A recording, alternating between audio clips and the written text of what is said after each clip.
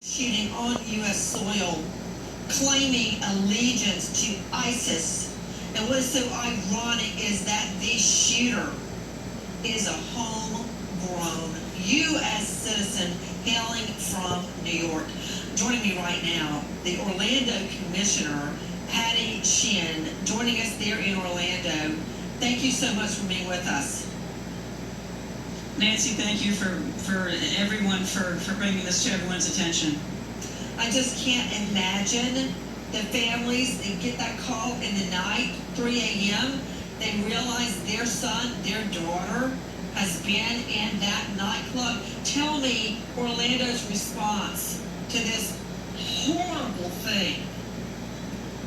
Well, actually, Nancy, it took a while for us to respond to even know who was injured and things. I mean, first of all, the gunman had gone into the club and was coming out, and then he exchanged fire with police, and then it became a hostage situation. So that's why it took so long to actually get to the victims. It was a horrible, horrible situation.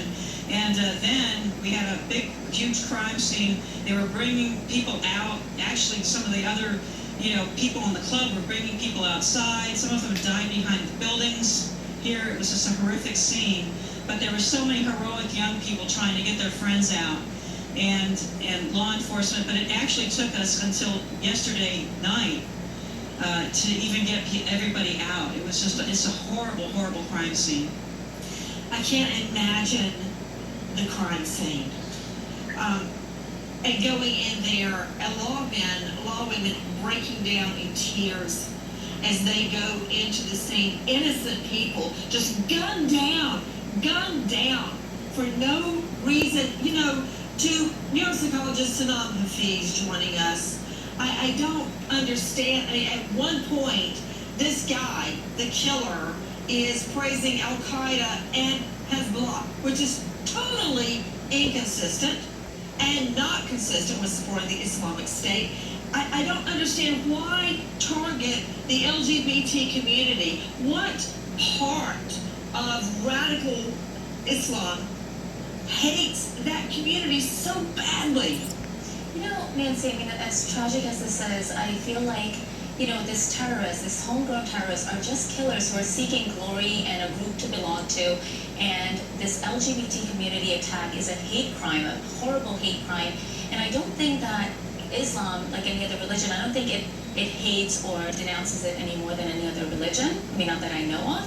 But I feel like this was a very hateful man. He had a deep-seated anger. Radicalized. Yeah. Radicalized. I feel like someone radicalized, any religion radicalized goes sideways, as far as I can tell. Now, I'm just a lawyer. You're the shrink. But to target these people, these young people with their whole life in front of them, I don't understand the connection. I feel like this guy had so much deep-seated anger and rage in him, and I think it was going to be one group or another, and this became this group that he targeted. One part of me when I saw this thought, could he be a closeted gay man, who had all this anger, because it seems so specific and deliberate, and it's so meaningless. And I feel like, and I've said this before, I do a lot of work in profiling especially this new breed of terrorists. I feel like there's this grandiosity, this bipolar, narcissistic side to these terrorists that we haven't seen before. We are going back to the scene, standing by Patty Shin, Orlando Commissioner and activist. Patty, again, thank you for being with us. When you first heard what had happened, it was hard for me to even believe it, and then to find out that the terrorist is an American. Yeah, Nancy, it's just incredible. And I was, the first thing I did was try to get people want to do something meaningful. They want to have a vigil, and I said, no.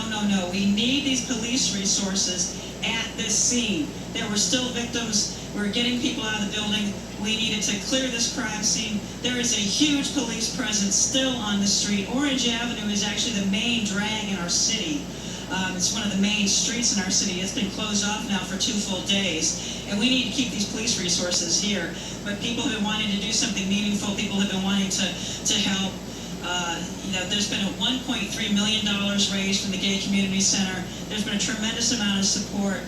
The blood bank, there were 1,500 people in line to help at the blood bank. I mean, there's